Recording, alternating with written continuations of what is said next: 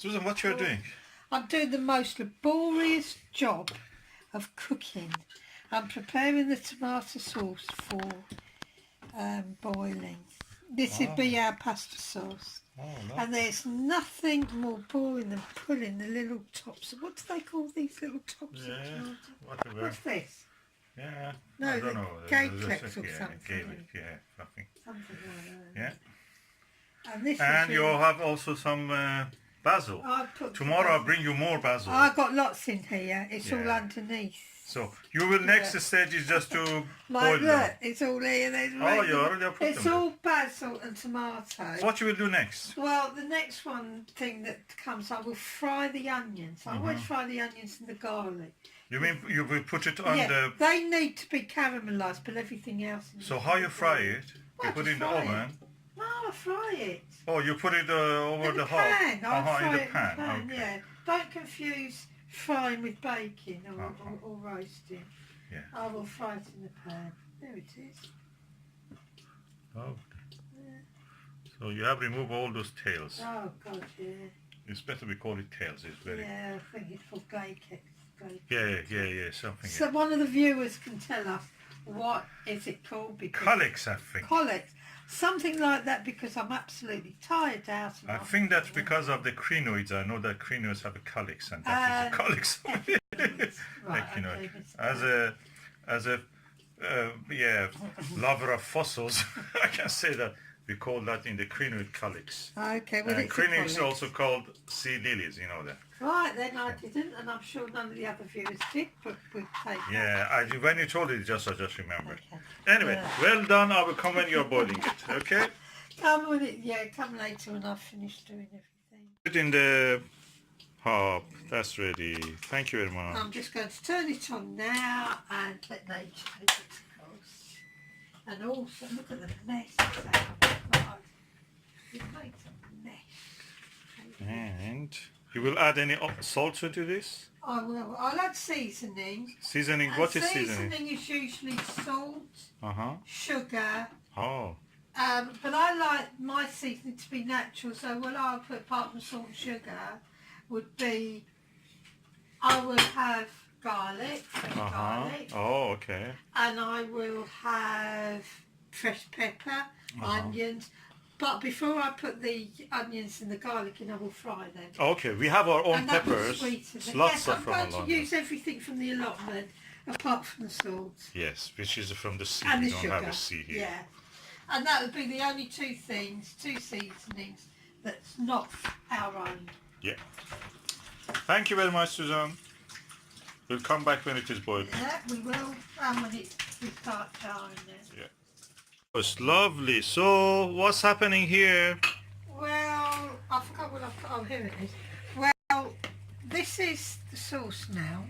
And what I've done, I've just thrown I all could the have smelled it from several tens of meters in the outside. I threw the tomatoes in whole, and I threw the basil leaves in whole, just whole. But what I did, I chopped up the onions. You have not added any peppers, have you? Yes, there's peppers. Oh, the peppers, yeah. I fried those with onions and garlic. Okay, what kind of seasonings you have added?